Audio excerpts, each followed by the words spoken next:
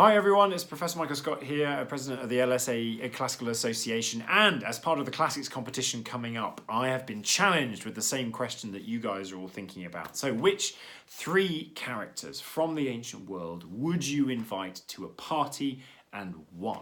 Okay, so I've been giving this a lot of thought, and my three would be a mix of people that I wanted to talk to, because I think they'd be really interesting to talk to, people I think would be just brilliant fun at a party, and people who would throw everything up in the air and mix it up a little bit. So, first character, the one I'd be really interested to talk to, this would be a guy called Megasthenes, who was, in the late 4th century BCE, he was the first ambassador sent by the ruler of the Seleucid Empire to be the ambassador of the Seleucids at the court of King Chandragupta Maurya, who was king of the Mauryans over in northern India. So this was a guy who travelled all the way to the Indian Empire, lived in the capital of the Mauryan Empire at a place called Pataliputra, lived in amongst a whole community of foreign diplomats who had come from different places all over the ancient world, and studied and wrote a history of India, kind of one of the first surviving histories of India that we have from the Western world.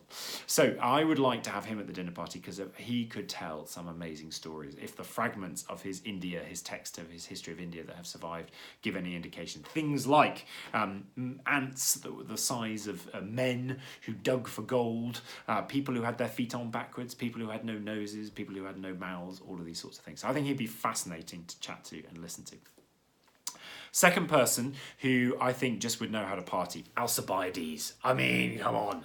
5th century BC Athenian politician. You either loved him or you hated him. He was the party boy. He was the kind of person that just threw his wealth around. He had a lot of it. He turned up at the Olympic Games and just sort of paid for everyone to have kind of party, you know, the thousands of people who turned up to have a party for a night.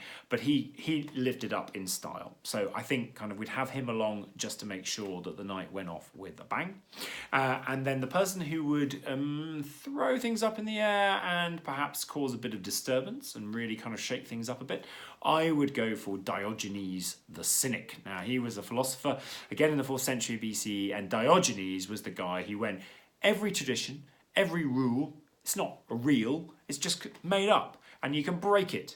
So this was the guy who, and I hope he wouldn't do this at a party, but he was the guy who would sort of poo in public places in the agora and do other sorts of things like that, just to prove that you could. And supposedly he also lived in a barrel just to prove that you could. Right? Any of the kind of accepted conventions of how you should behave aren't necessarily how you should behave. But he was also the guy who called himself a cosmopolitan. He was a citizen of the cosmos, a citizen of the world, the first cosmopolitan. So that would be my three. I think we'd have Megasthenes for the chat, we'd have Alcibiades for the partying, and we'd have Diogenes to make sure that the evening never got dull for a second. And in amongst those three, I think we'd have a pretty good night. I look forward to hearing from what your choices are, and I look forward to hearing what happens at the Classics competition with the LSA Classical Association coming up early in 2020. Take care, guys.